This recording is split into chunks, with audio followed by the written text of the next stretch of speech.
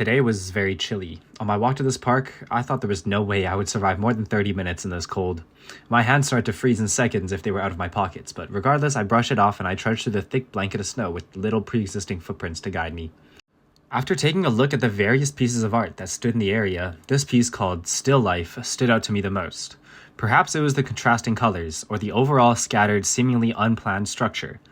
Like the creator was simply putting shapes together with no concrete vision. Stephen King often talks about writing as a discovery. He doesn't start with a rigid blueprint. He begins with a situation and follows it, letting the story grow organically. And so I began to replicate the piece of art in front of me, capturing as many details as I could. But eventually, I decided to give this structure more life than I saw already. Once I had finished my copy, I looked at it dissatisfied. It looked incomplete and off-center.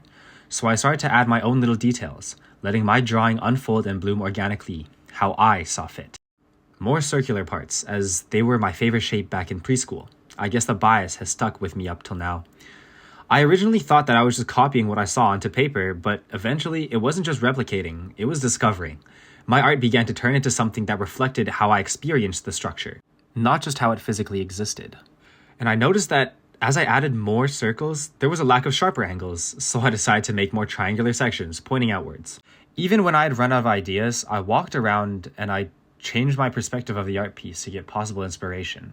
The additions I made felt natural, even necessary, to me at least. But they weren't neutral.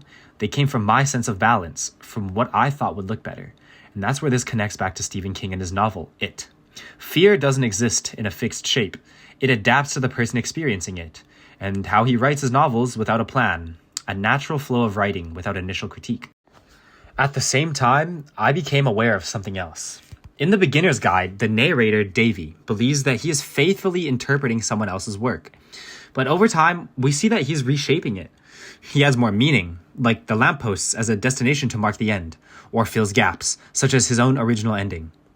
He adjusts things to fit his own understanding, adding shortcuts and mazes to allow the player to move forward in progression, instead of allowing the frustration to stand as a part of the design. He fixes it, assuming that the maze needed to be solved, rather than considering that being trapped might have been the point all along. Maybe Coda just liked making prison games. He also changed the pace of the games, intentionally speeding up the level with the large staircase because he thought that players would get bored. Even when he didn't physically change the environment, he would always insert his own explanations, telling you what Coda must have meant, or what certain things represented. He narrowed the possibly ambiguous interpretive gaps for the player. Instead of letting the games remain uncertain, he steers the player's understanding. What began as an explanation turned into control. While I was drawing, that thought crossed my mind.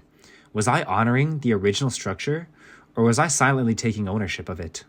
Standing there, I realized creativity works the same way.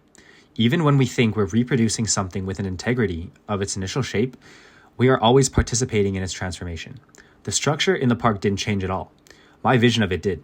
And that difference between what is there and what someone sees is where creation really happens.